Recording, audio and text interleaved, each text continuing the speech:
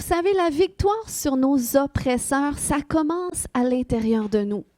C'est lorsque tu vis des victoires intérieures, tu vas commencer à en vivre aussi à l'extérieur de toi.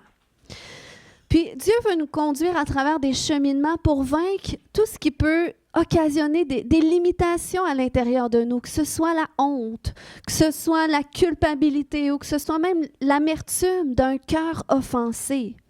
Il veut nous amener à vaincre toutes sortes de peurs aussi. Amen? Puis la peur qui est parfois camouflée dans le stress.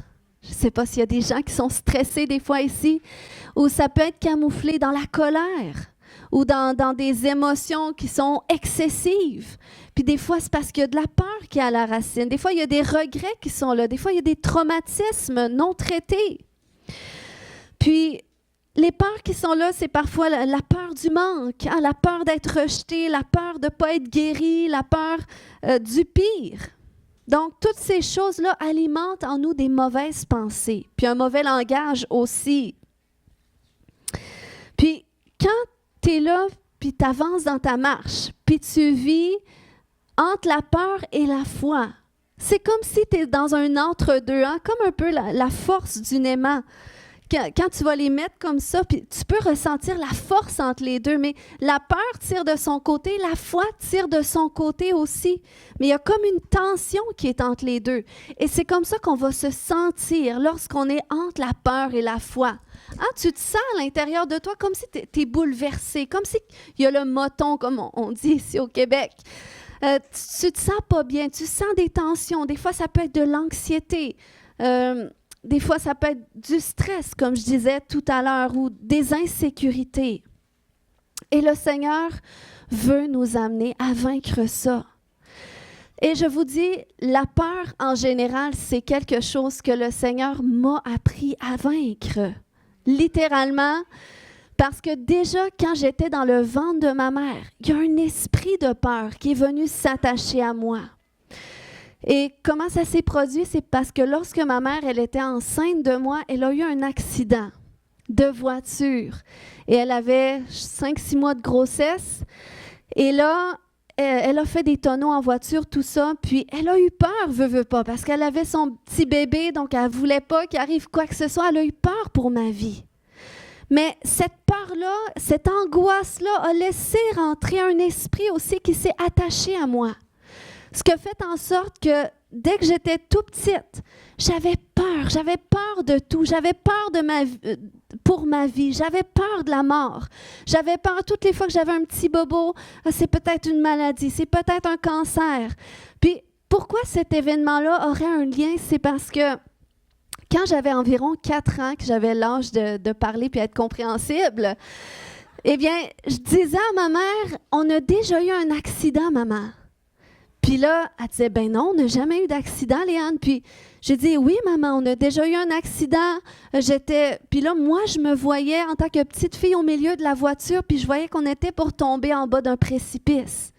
Puis là, je lui racontais ce que je voyais, puis elle me disait, ben non, jusqu'au jour où elle a repensé que lorsqu'elle était enceinte de moi, elle a eu un accident. Donc, vous voyez le traumatisme qui est venu s'imprégner en moi, qui a fait en sorte que, bon, je pense que c'est une grâce de Dieu que je pouvais le savoir indirectement, qu'il y a quelque chose qui s'était passé. Et cette peur-là m'a suivie tout le long de ma vie jusqu'à temps que je rencontre Jésus lorsque j'avais 20 ans. Amen? J'ai 21 ans.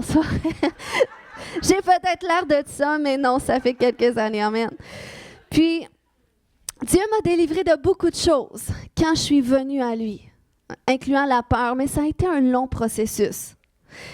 Et je vous dis que j'ai dû apprendre à faire face à mes peurs une à une. Comme David, un jour, dans la parole de Dieu, il a dû faire face à ce lion ou cet ours qui se pointait par moments pour attaquer ses brebis. La Bible va nous dire dans 1 Samuel 17 au verset 34-35 que là, David est dit à Saül, le roi, « Quand ton serviteur gardait les moutons de son père et qu'un lion ou même un ours survenait pour emporter une bête du troupeau, Je courais après lui, je l'attaquais et j'arrachais la bête de sa gueule. Et si le fauve se dressait contre moi, je le prenais par son poil et je le frappais jusqu'à ce qu'il soit mort. Wow! Mais vous voyez, c'est quand même surnaturel, avouons-le, OK? Naturellement, humainement, il aurait pu ne rien faire, paralysé par la peur en étant conscient de ses limitations devant un animal sauvage. Mais il est avancé à contre-courant de ses peurs pour aller vaincre ces oppresseurs-là. J'aimerais t'encourager ce matin qu'il y a des combats que tu ne vaincras pas tant que tu ne les affronteras pas. Amen. Puis parfois, Dieu va permettre que ce soit tellement intense que tu ne puisses plus tolérer leur présence. Y a-t-il des gens ce matin qui me comprennent? Mais je te dis que quand tu es à cet endroit que tu n'es plus capable de vivre une situation, tu es dans un bon endroit pour qu'il se produise un changement. Amen. Avant de poursuivre, j'aimerais faire témoigner ma sœur Edith quelques minutes qui va nous partager justement, elle, certains combats que le Seigneur lui a donné la grâce de vaincre récemment. Amen. OK. Moi, j'avais vraiment de la difficulté avec mes pensées. Puis quand je parle de pensées, je parle vraiment de pensées négatives. Puis c'était vraiment dans tous les domaines. Autant quand je venais ici à l'église, autant quand j'étais chez moi, autant quand je côtoyais des personnes. Puis vraiment des pensées... personne t'aime, c'est que tu vas faire là, personne ne veut rien savoir de toi. Puis je sais qu'il y a beaucoup de personnes qui vivent ces pensées-là aussi, puis qui passent par des choses comme ça. Même au niveau de mon estime de moi, c'était la même affaire. La semaine passée, j'étais dans mon temps avec le Seigneur, puis j'étais assis dans ma chaise, je me berçais tranquillement. Puis souvent, je prenais autorité sur mes pensées contre l'ennemi. Puis ça arrivait régulièrement, mais il ne se passait jamais rien. Là, j'étais assise, puis à un moment donné, je me suis levée, puis j'ai comme senti, ça a vraiment été un pas de foi, puis j'ai pris autorité sur l'ennemi. C'était incroyable ce qui s'est passé après dans mon cœur, puis dans ma tête, tout a parti, toutes les mauvaises pensées ont parti. Puis là, c'est fini, j'en ai plus de mauvaises pensées. Il y a encore des choses qui viennent, mais maintenant, j'ai appris à combattre le bon combat, puis je sais avec qui je peux être, puis j'ai toute la puissance avec lui. Fait que je rends gloire à Dieu pour ça. Merci. Amen. Merci, Edith. Donc voilà, il faut apprendre à confronter nos adversaires. Donc si on revient à l'histoire de David qui a combattu le lion et l'ours, il faut savoir que David prenait à cœur sa responsabilité de berger sur son troupeau parce qu'il savait aussi la valeur qui était associée à une brebis, à un mouton. Veut pas, toute la nourriture qu'il y avait derrière un mouton, les vêtements, que tu faisais avec la laine, même les parchemins qui étaient faits avec la peau. Donc, ça valait très cher un mouton. Donc, c'est pour ça que, en prenant à cœur sa responsabilité, puis en ayant foi en Dieu, eh bien, il a appris à confronter ses adversaires-là. Et qu'est-ce qui est intéressant, c'est qu'il n'avait pas la foi en Dieu d'une façon à dire, Dieu, charge-toi de ces adversaires-là. Tu sais, parce que des fois, on a la foi en Dieu, Seigneur, règle ma situation. Seigneur, toi, occupe-toi de ces ennemis-là qui viennent contre moi. Donc, David n'avait pas ce type de foi-là en Dieu. Mais il a appris à marcher dans une foi où est-ce qu'il croyait que Dieu avait mis ce qu'il fallait en lui pour régler le problème à ses adversaires-là. Donc, tu dois réaliser qu'est-ce que Dieu a mis en toi, puis que si tu l'associes avec Dieu, c'est là que tu vas faire des exploits et que tu vas écraser tes ennemis, comme la Bible dit. Amen?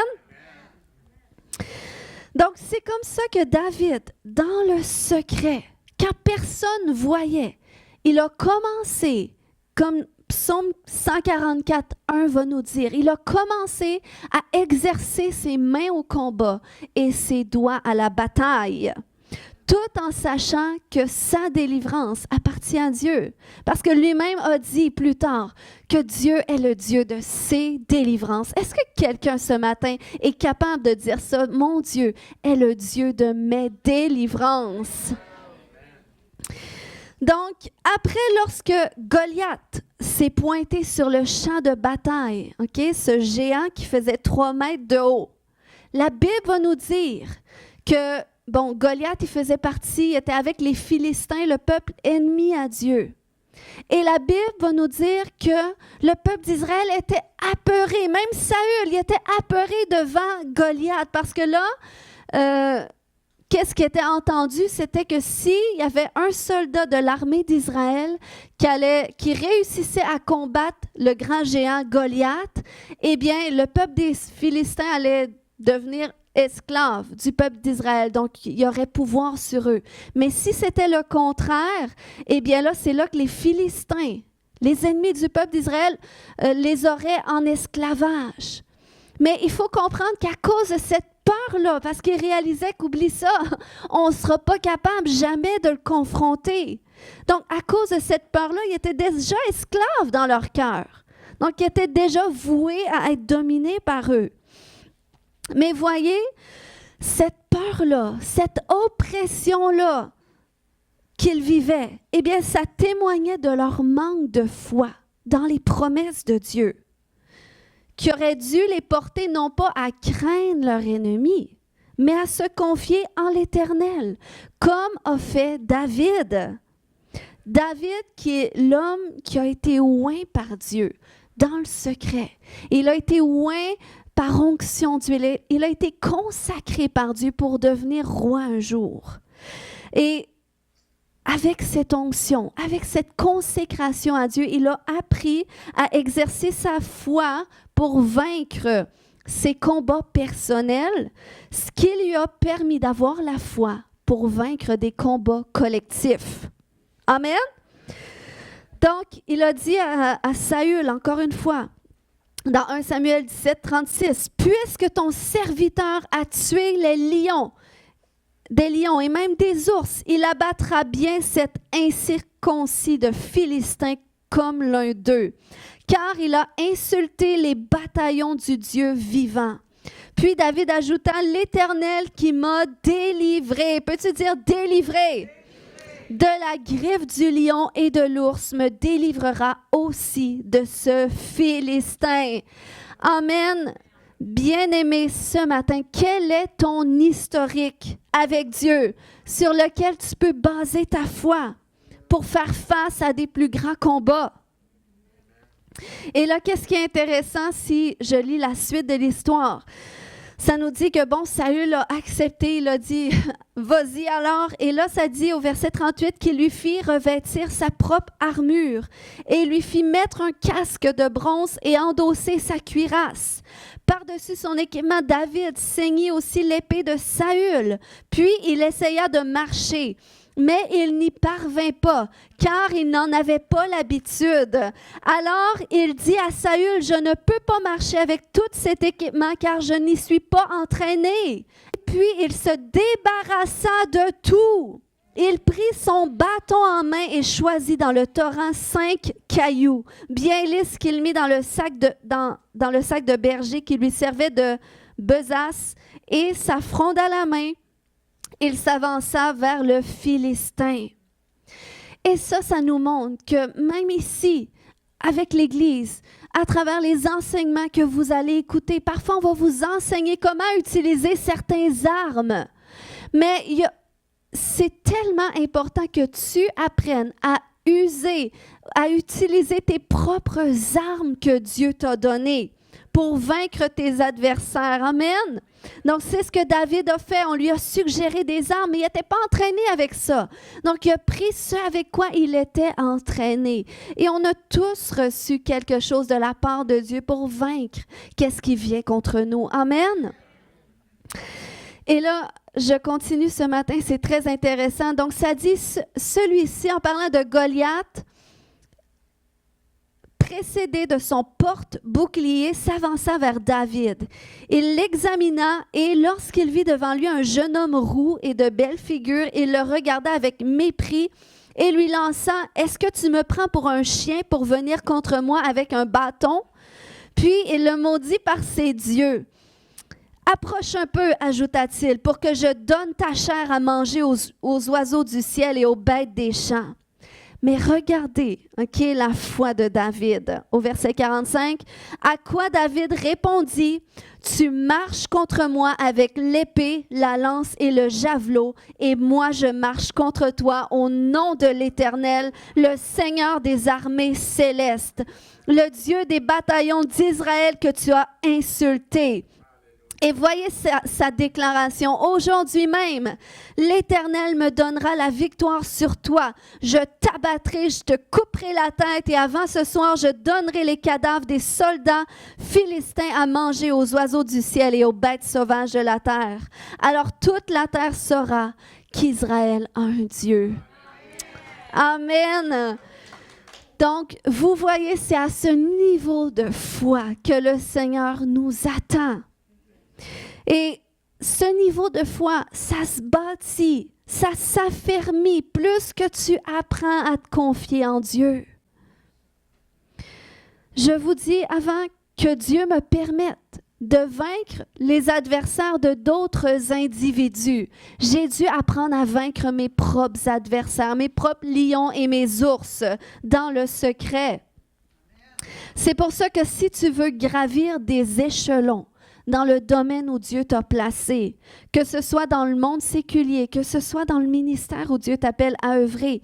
Si tu veux voir ta famille sortir de captivité, eh bien, tu vas devoir commencer à confronter tes lions et tes ours. Amen, jusqu'à les vaincre. David a appris à être un guerrier avant d'être un roi. Il a appris à être sur le champ de bataille avant d'être celui qui envoie les autres combattre à sa place sur le champ de bataille. Peut-être que tu dis ce matin, oui, mais ça fait des années que je lutte avec cette situation. J'ai tout fait et il n'y a rien qui a changé.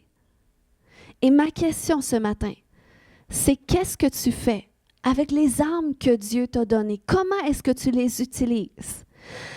Parce que je trouve particulier quand même quand je jase avec d'autres chrétiens, des gens que ça fait longtemps qu'ils sont dans la foi. Vous voyez, la majorité des chrétiens ont pas mal tous les chrétiens ont un témoignage de conversion au Seigneur extraordinaire.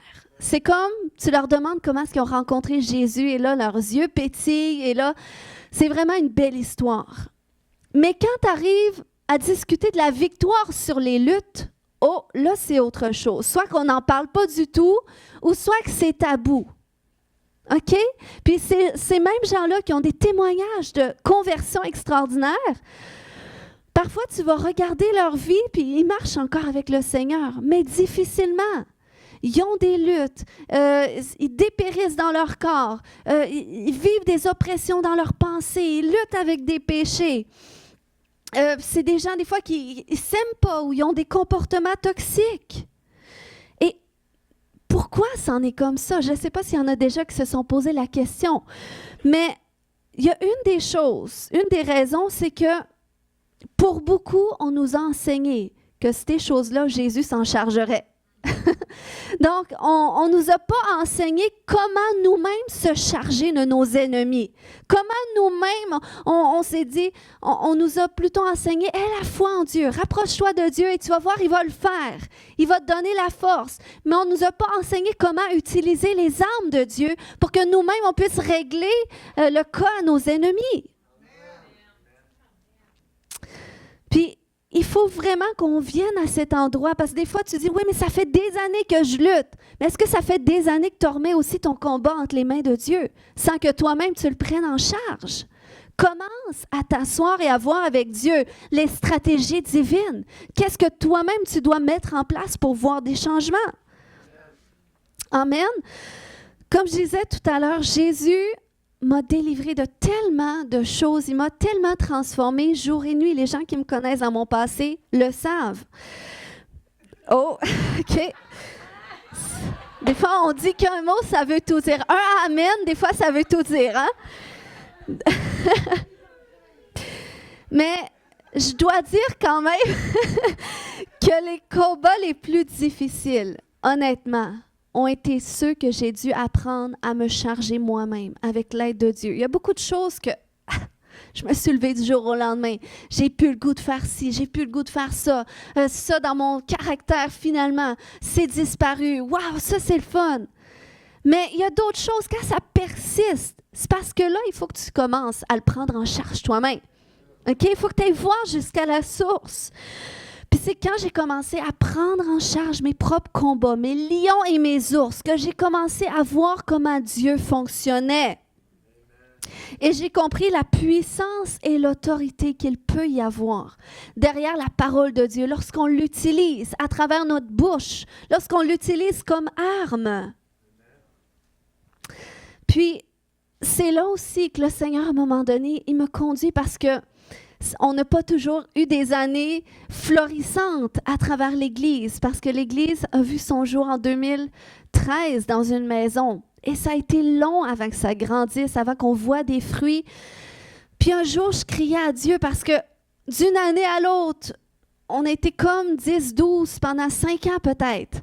Puis un venait, l'autre repartait, puis les gens grandissaient pas, les gens n'étaient pas guéris, les gens n'étaient pas transformés. Bon, il y en avait certains, le 12 qui était là, oui, il cheminait, mais t'en avais que c'était difficile et je criais à Dieu, Seigneur, quand est-ce que tu vas t'en charger? Quand est-ce que tu vas faire de quoi? Puis je leur enseignais aussi qu'est-ce que j'avais appris, mais approche-toi de Dieu, toi aussi, approche-toi de Jésus, il va le faire parce qu'il l'a fait pour moi. Et ça a été jusqu'au jour où est-ce que moi-même, j'ai appris à prendre en charge certains de mes combats. J'ai appris à vaincre des lions, des ours. Et là, c'est là qu'à un moment donné, Jésus m'a dit, maintenant, c'est toi. Toi, va et délivre-le. Toi, va et guéris-le en mon nom. Toi, va et adresse la tempête. Toi, va et adresse la montagne. Et c'est comme ça que, en exerçant mes mains au combat, mes doigts à la bataille pour moi personnellement, pour ma famille, j'ai appris aussi à exercer les combats pour mon Église, pour ma nation aussi. Et c'est comme ça qu'on a commencé à voir des gens être délivrés, des gens être guéris, des gens grandir dans leur foi. Parce que j'ai commencé à faire qu'est-ce que Jésus m'a commandé de faire. Il a dit, en mon nom, vous ferez les mêmes œuvres que je fais et même de plus grandes encore. Et Jésus a quand même dit, c'est le Père qui œuvre en moi. Donc, c'est le Père qui œuvre en nous lorsqu'on fait les œuvres du royaume, lorsqu'on prie pour des malades et qui sont guéris, lorsqu'on délivre des captifs. C'est les œuvres du Père. Mais on doit prendre en charge ces œuvres-là et cesser de dire à Dieu, comme pour les combats dans les pensées, cesser de dire, Seigneur, quand est-ce que tu vas régler leur cas? Non, à un moment donné, toi, va avec la force que tu as et commande-leur de se taire et de sortir au nom de Jésus. Amen. Donc, et je vous dis aussi dans cet exercice-là que j'ai appris à vaincre mes luttes dans le secret. Ça ne change pas que j'ai eu besoin d'aide par moment. J'ai eu besoin de gens pour discerner avec moi la source de mes luttes. Parce que des fois, on est familier à ce qu'on vit et on ne comprend pas pourquoi est-ce que je suis dans des cycles répétitifs. J'ai eu besoin parfois de gens qui puissent même interpréter mes rêves pour me dire, est-ce qu'il y a un message de Dieu là-dedans? Parce que ça revient tout le temps, ce rêve, et je sens que quelque chose là-dedans à comprendre. Et c'est des choses qui ont débloqué des délivrances dans ma vie, des guérisons dans ma vie. On a besoin les uns des autres. Le modèle de la délivrance dans la Bible, c'est qu'une personne, un croyant chasse les démons d'un autre croyant. Ça ne veut pas dire qu'on ne peut pas le faire sur nous, parce que c'est important, après la délivrance, d'être capable nous-mêmes de confronter nos ennemis. Parce que si tu ne le fais pas, c'est sûr qu'ils reviennent. OK? Donc, même s'il y a des gens qui m'ont aidé par moment, je n'ai jamais négligé mes responsabilités après de veiller à ce que l'ennemi ne revienne pas, de continuer de marcher dans ma délivrance, de marcher dans ma guérison, même si parfois les combats étaient ardus. Amen? Et parfois, ça a pris du temps. Mais voyez qu'est-ce que Jésus a dit dans Marc 4, 26-27. Il a dit, il en est du royaume de Dieu comme d'un homme qui a répandu de la semence dans son champ. À présent qu'il dorme ou qu'il veille, la nuit comme le jour, le grain germe et la plante grandit sans qu'il s'en préoccupe. Ça, c'est tellement encourageant pour nous. OK? Parce que quand tu es engagé avec Dieu et tu es engagé aussi à mener tes combats, oui, tu as une part de responsabilité, mais le Seigneur, il dit que dès que son règne, il vient dans ta vie, quand son royaume il est là, l'œuvre de son royaume est en opération, eh bien, que tu sois conscient ou non, tu vas continuer de cheminer. Son œuvre dans ta vie va continuer de croître. Amen. Est-ce que ça vous encourage ce matin? Alléluia. La Bible nous dit dans Romains 14, 17 que le royaume de Dieu, c'est la justice, la paix et la joie par le Saint-Esprit. Donc, c'est dans cet environnement qu'on devrait se tenir, dans la paix, la joie, la justice par le Saint-Esprit. Et cette œuvre-là chemine continuellement dans notre vie quand on demeure en lui. Amen. Ce qui fait en sorte que pour beaucoup de combats que j'ai eu à mener, eh bien, les victoires que le Seigneur a fait dans ma vie, parfois, je m'en suis rendu compte quand je regardais derrière moi. Parce que quand j'étais sur le champ de bataille, tu t'en rends pas compte nécessairement de l'œuvre que le Seigneur a entamée dans ta vie. Mais c'est après du recul que, j'ai vraiment été délivrée de ça. Je suis enfin guérie de ce traumatisme-là. J'ai enfin réussi à dominer ce mauvais trait de caractère-là. C'est du passé. Le Seigneur m'a vraiment transformée. Donc, souvent, c'est comme ça. Alors, il ne faut pas s'enfoncer. Tu dis, oui, mais je lutte encore, je combats encore. Continue. Sinon, on va voir avec le Seigneur. Peut-être c'est ta façon de faire que tu dois revisiter. Amen. Puis, cette œuvre-là, où est-ce que le Seigneur, il nous amène à expérimenter des délivrances, des guérisons, où est-ce qu'il nous amène à confronter nos adversaires, à vaincre nos oppresseurs. Eh bien, après ça, il y a un cheminement où est-ce que tu dois te reconstruire.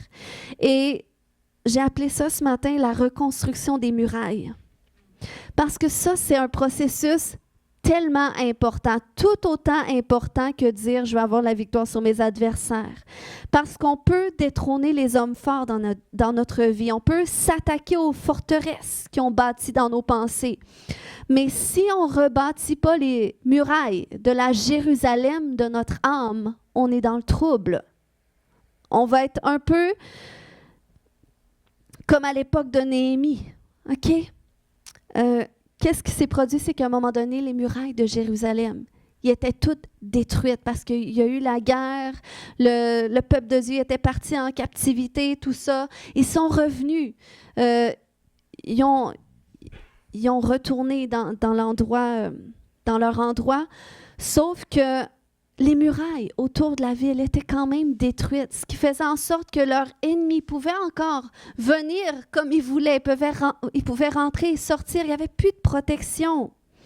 Et regardez, ça nous dit dans Néhémie 1:3, dans le fond, c'est les gens qui disent à Néhémie que ceux qui ont survécu à la captivité et qui vivent dans le district de Juda, OK, se trouvent dans une grande misère et dans une situation très humiliante parce qu'il y a des brèches dans la muraille de Jérusalem et ses portes ont été détruites par le feu. Combien parfois on se sent comme ça? Hein, on sent que l'environnement de notre âme, c'est comme ça. Puis, qu'est-ce qui est grave, c'est quand ils sont détruites comme ça et qu'on le tolère, comme le peuple de Dieu à cette époque-là, il le tolérait, il vivait comme ça. Mais ça l'a pris un Néhémie qui puisse porter ce fardeau de Dieu, qui a pu gémir à la place de Dieu et dire « ça n'a pas de bon sens ». Qu'il soit dans cette situation-là, il faut rebâtir les murailles. Il faut, puis je sens que le Seigneur, c'est ce qu'il dit aussi, c'est son gémissement sur son peuple, qu'on rebâtisse les murailles aussi autour de notre âme pour qu'on soit protégé des œuvres de l'ennemi, des ruses de l'ennemi qui viennent contre nous. Et quand on le fait pour nous, eh bien, c'est là qu'on va pouvoir le faire de façon collective. Parce que, n'est-ce pas, Dieu qui dit dans sa parole que ceux qui l'appellent en son nom vont rebâtir d'anciennes ruines. OK, on est appelé à rebâtir qu'est-ce qui était détruit. On est appelé à amener la restauration autour de nous. Mais ça commence par nous. Amen. Puis, dans ce processus-là, dans le livre de Néhémie, je vous invite à le lire à la maison, eh bien, quand ils ont commencé à rebâtir ces murailles-là, ça n'a pas été sans confrontation encore. Il y a encore venu des ennemis pour essayer de limiter cette œuvre-là, pour les empêcher de faire cela. Donc, ils ont encore fait face à du découragement, de l'oppression. Donc, c'est normal dans le processus de reconstruction. Ça ne veut pas dire que tu n'es pas libéré. OK? Laisse pas l'ennemi te faire croire qu'il est encore là. Donc, l'ennemi est comme ça. Il va toujours chercher un moyen de s'infiltrer. Il se tient aux portes. Mais voyez qu'est-ce que Dieu a promis. Il a promis dans Genèse 22, 17, il a dit, je te bénirai et je multiplierai ta postérité. OK? Il parlait à Abraham et nous faisons partie de sa postérité. Comme les étoiles du ciel et comme le sable qui est sur le bord de la mer et ta postérité, vous et moi posséderons la porte de nos ennemis. Donc, lorsque l'ennemi est là, qui frappe à la porte, possède la porte de tes ennemis. Rappelle-lui, c'est qui a le dernier mot? C'est qui règne? Est-ce que c'est lui? Parce qu'il va venir pour t'intimider par tes faiblesses, le découragement, tout ça. Mais toi, il faut que tu tiennes ferme en regardant à Dieu. Comme David a fait, il a dit, toi, tu viens avec l'épée, le javelot, mais moi, je viens au nom de l'Éternel, mon Dieu. Donc, il n'a pas dit, je viens avec mon tire-roche, comme on dit en québécois. Il a dit, je viens au nom de l'Éternel. Amen. Donc, toi aussi, c'est au nom de l'Éternel que tu vas vaincre tes adversaires.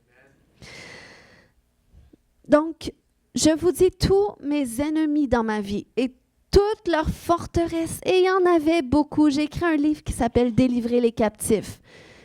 Tous les esprits que je mentionne, toutes les portes ouvertes, c'est à peu près mon cas, OK? Mais le Seigneur m'a restauré complètement. Mais tout ce processus de renversement, de forteresse et tout ça, ça s'est produit par la révélation de la parole de Dieu.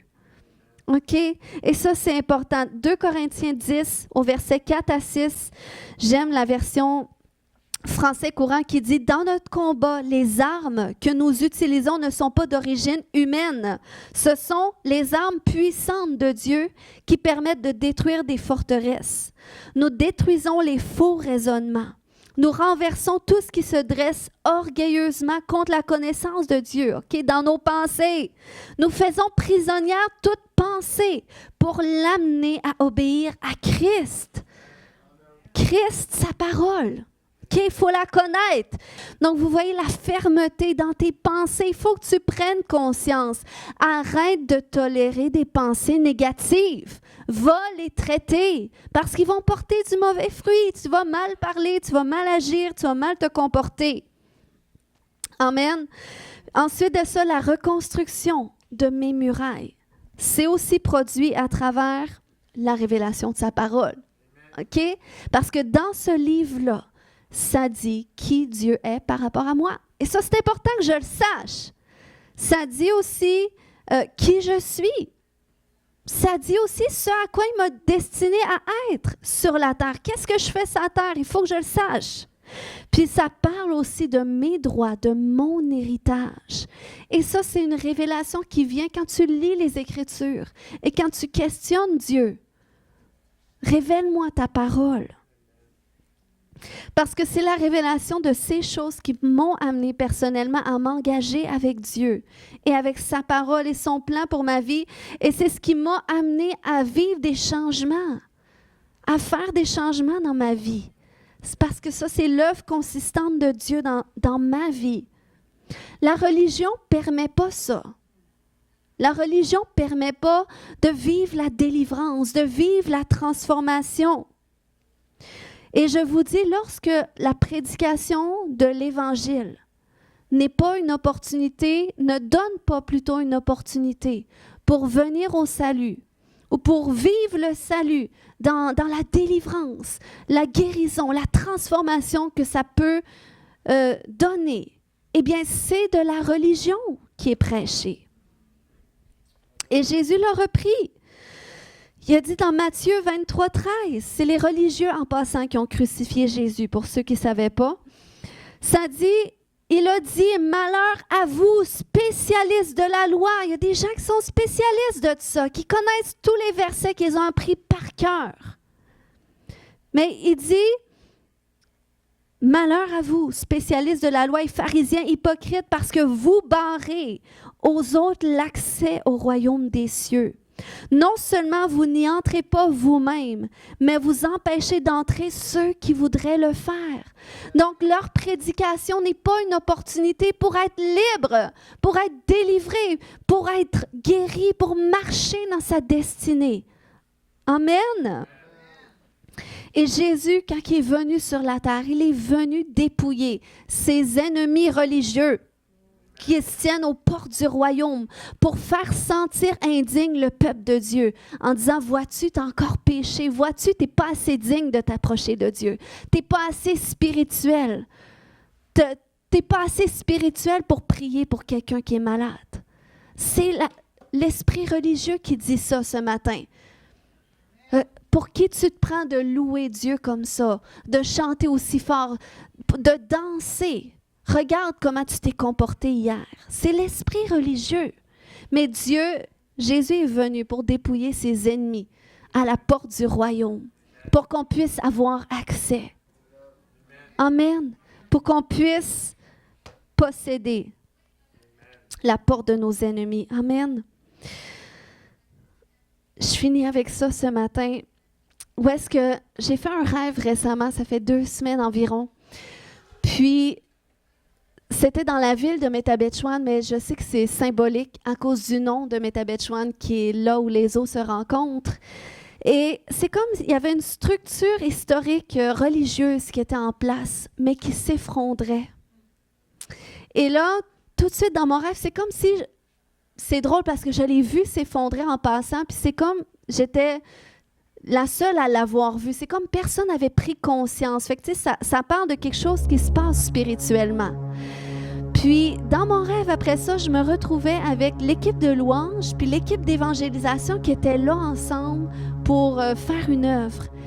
Et voyez qu'est-ce que le Seigneur m'a dit par rapport à ça, qui est venu suite à d'autres paroles aussi. Mais on est dans des temps où est-ce qu'il y a un son de délivrance qui va être libéré par la voix des adorateurs et des évangélistes, qui va susciter le renversement de la religion et de la délivrance de cette nation. Puis, sache que ce son de délivrance est dans ta bouche, à chacun d'entre vous, parce que vous êtes tous des adorateurs, vous êtes tous des évangélistes. Vous êtes tous appelés à propager la bonne nouvelle et aussi adorer le Seigneur. Et peut-être que ça semble simple, mais pour certaines personnes, ce son de délivrance qui va commencer à être libéré à travers de vous, ça va être à travers des paroles telles que « je te pardonne » ou telles que « je te demande pardon » ou « je t'en veux plus ». C'est correct pour moi, ou je veux me réconcilier avec toi, ou j'ai mal agi.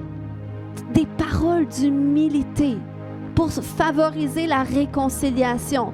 Puis pour certaines personnes, c'est des pas d'obéissance parce que dans votre chair, vous ne voulez pas faire ça. Mais si vous le faites, c'est une façon pour vous de confronter vos lions et vos ours. Puis en le faisant, le Seigneur va faire en sorte que c'est comme si vous allez prendre conscience des Goliaths qui sont dans la vie des gens autour de vous, peut-être sur le marché du travail ou dans votre environnement. Les gens vont vous arriver avec des situations et parce que vous allez avoir exercé votre foi avec vos propres lions et vos ours, vous allez avoir une solution pour ces gens-là. On est dans des temps que le Seigneur veut se faire connaître et il va passer par vous. Mais si nous-mêmes, on n'est pas attentifs à vaincre nos propres combats, à vaincre nos propres adversaires, qu'on n'est pas obéissant à Dieu, eh bien, ça retarde qu'est-ce que Dieu voudrait accomplir à travers de nous. Amen. Moi, je ne peux pas rejoindre les gens dans votre environnement, mais vous le pouvez. Et vous êtes appelés à faire ça par votre témoignage, par votre écoute, par les paroles d'encouragement. Et c'est important qu'on vainque toute forme d'orgueil. Ces endroits de notre vie où est-ce qu'on a des conflits, c'est vraiment une trappe, l'offense. L'ennemi essaie d'endurcir nos cœurs constamment, mais nous, on doit constamment combattre contre ça, empêcher que notre cœur s'endurcisse, régler nos choses, une à la suite de l'autre. Et des fois, on ne s'en rend pas compte, mais c'est pas grave, on revient, on ne laisse pas traîner les choses. Est-ce qu'on peut se lever ensemble ce matin? On va prier.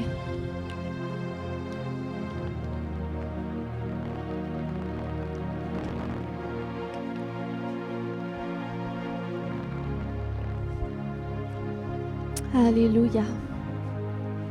Kaya shore kemanta. Kaya shoto. S'il y a des gens ici, vous n'avez jamais fait de prière pour faire du Seigneur Jésus votre Seigneur et Sauveur personnel. Peut-être vous dites, oui, mais moi, j'y ai toujours cru. Oui, mais est-ce que tu as déjà fait une prière pour dire, je reconnais que tu es le Fils de Dieu, que tu es mort pour mes péchés, puis tu es ressuscité pour que moi, je puisse avoir accès à la vie éternelle, pour que je puisse marcher en nouveauté de vie. Est-ce que tu as déjà fait cette prière pour dire à Dieu, je te demande pardon pour tous mes péchés, puis je t'invite dans mon cœur? Si tu n'as jamais fait cette prière ce matin, lève la main, puis je veux la faire avec toi. Je vois cette main derrière. S'il y a quelqu'un d'autre ce matin, vous dites, moi, je veux vraiment que Jésus soit mon Seigneur, mon Sauveur personnel. Alléluia. Est-ce qu'on peut faire la prière tout le monde ensemble, dire, Seigneur Jésus, je viens à toi tel que je suis. Je te demande pardon pour tous mes péchés. Je te donne ma vie. Viens dans mon cœur. Fais-toi connaître à moi et fais-moi marcher sur la voie de l'éternité. Amen. Alléluia. Si vous avez fait cette prière une fois, vous êtes sauvés. Amen. Vous avez accès au royaume de Dieu. Alléluia. Seigneur, je te remercie pour l'œuvre que tu fais dans la vie de chaque personne. Seigneur, tu dis que l'œuvre que tu as commencée en nous, tu veux la rendre parfaite. Alléluia. Seigneur, ce matin, on veut se repentir pour ces endroits de notre vie où est-ce qu'on a toléré les œuvres de l'ennemi, Seigneur Dieu. On veut se repentir pour toute forme de peur, toute forme de passivité qui était cachée dans la peur, qui était cachée dans la timidité. Alléluia. Ce matin, si tu as besoin de te repentir pour des choses que tu sais que ça a lutté contre ta propre foi, des choses que tu avais acceptées dans ton cœur, peut-être même inconsciemment, repens-toi, dis, je te demande pardon, Seigneur. Je te demande pardon, Seigneur, aussi pour ces endroits de ma vie où est-ce que j'ai pas obéi à toi, où est-ce que j'ai pas dit qu'est-ce que tu aurais voulu que je dise, où est-ce que je me suis pas réconciliée, là où est-ce que tu aurais voulu que je me réconcilie, là où est-ce que je me suis pas humiliée, là où est-ce que j'aurais dû m'humilier. Seigneur, je me repens. Je me repens pour toutes mes fautes, conscientes ou inconscientes. Seigneur Jésus, tu viens nous nettoyer, tu viens nous purifier. Lorsqu'on se repent, tu nous pardonnes, Seigneur Jésus. Tu effaces nos fautes, tu dis que tu nous fais grâce. Ce n'est pas parce qu'on le mérite, mais toi, Jésus, tu l'as mérité pour nous. Ce pardon, alors on le reçoit. Et on se pardonne. Dis avec moi, je me pardonne. Je me pardonne. Je me pardonne. Je me pardonne maintenant, désormais. Alléluia, je vais utiliser les armes que Dieu m'a données. Je vais utiliser cette foi que Dieu m'a donnée pour confronter mes ennemis. Je vais utiliser ce nom que Dieu m'a donné. Jésus a dit, en mon nom, vous chasserez les démons. En mon nom, vous guérirez les malades. En mon nom, vous demanderez et cela vous sera accordé. Alléluia, en mon nom, vous parlerez à cette montagne. En mon nom, vous parlerez à cette tempête. Oh Seigneur, viens activer ce matin, viens agiter cette foi en nous. Cette foi, Seigneur, qui va nous faire rugir contre notre ennemi, Seigneur Dieu.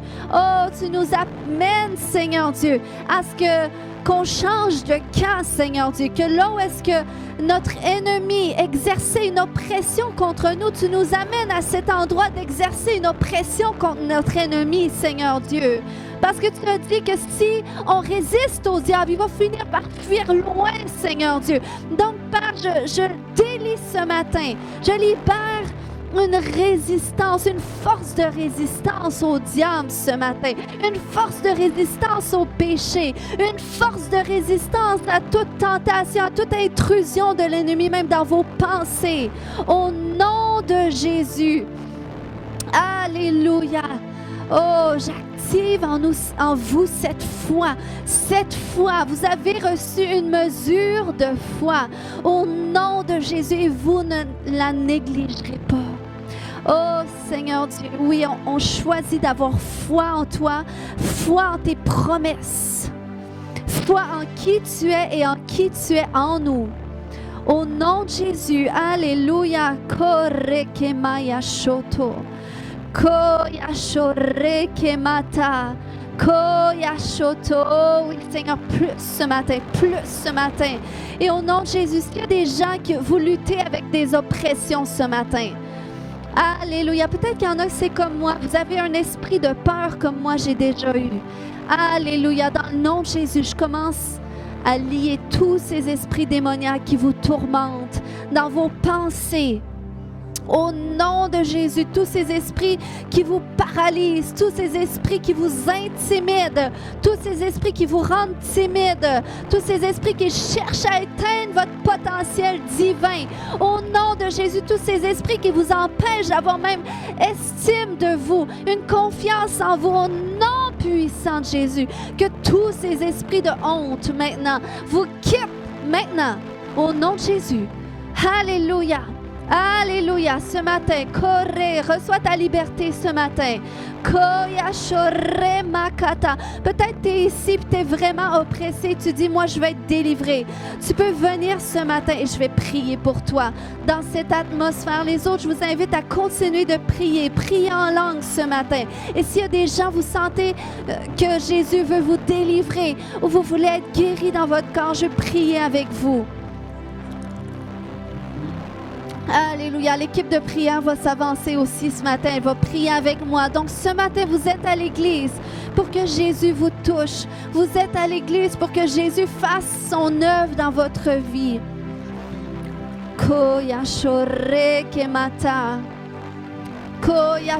Le Seigneur veut délivrer des gens de l'anxiété. Alléluia.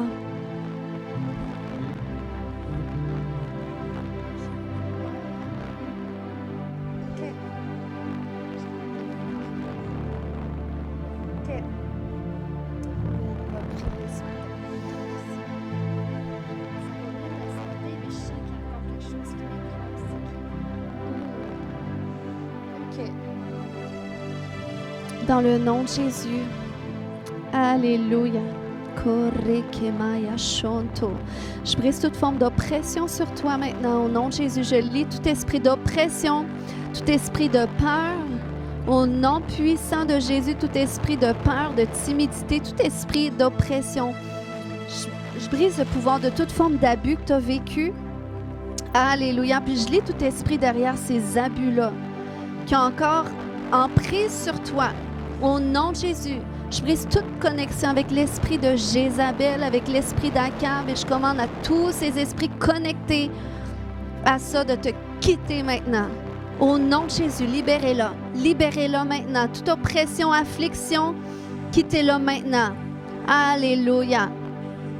Alléluia. Vous la quittez maintenant. Libérez-la maintenant. Je l'ordonne. Au nom de Jésus, j'envoie le feu du Saint-Esprit contre vous. Je brise toute malédiction associée aux avortements, à la mort prématurée. Au nom de Jésus, je commande à tout esprit de mort de quitter maintenant. Au nom de Jésus. Allez, sortez, sortez, sortez, sortez. Alléluia. Amen, amen, amen. Alléluia. Merci Jésus. Merci Jésus. Oh, sois rempli du Saint-Esprit complètement, complètement. Amen. T'as senti ta libération, hein? Amen. Acclamons le Seigneur ce matin. Alléluia. Alléluia. Si ce matin vous sentez que le Seigneur vous touche, peut-être vous ne le sentez pas, mais vous voulez que le Seigneur vous touche ce matin, venez chercher de la prière. Kaya shore matakaya. Merci, Papa. Oh, Seigneur, merci que tu nous libères, Jésus. Et tu nous donnes l'autorité, Seigneur Dieu. Kaya shore kemanta. Koya shore kemayantore ke. Kaya shore kemanta. Kaya shonto. Il y a des gens ce matin qui se sont sentis interpellés par cet aspect-là des murailles qui sont comme en ruine. Puis, je sens ce matin que par rapport à ça, le Seigneur veut guérir des gens qui ont été blessés. Qui ont été blessés, puis c'est comme si ça vous a perforé dans votre âme, puis vous les portez encore. Mettez votre main sur votre cœur ce matin, si c'est vous, que vous avez de la difficulté justement à vous reconstruire. Alléluia. Kaya shore kemanta.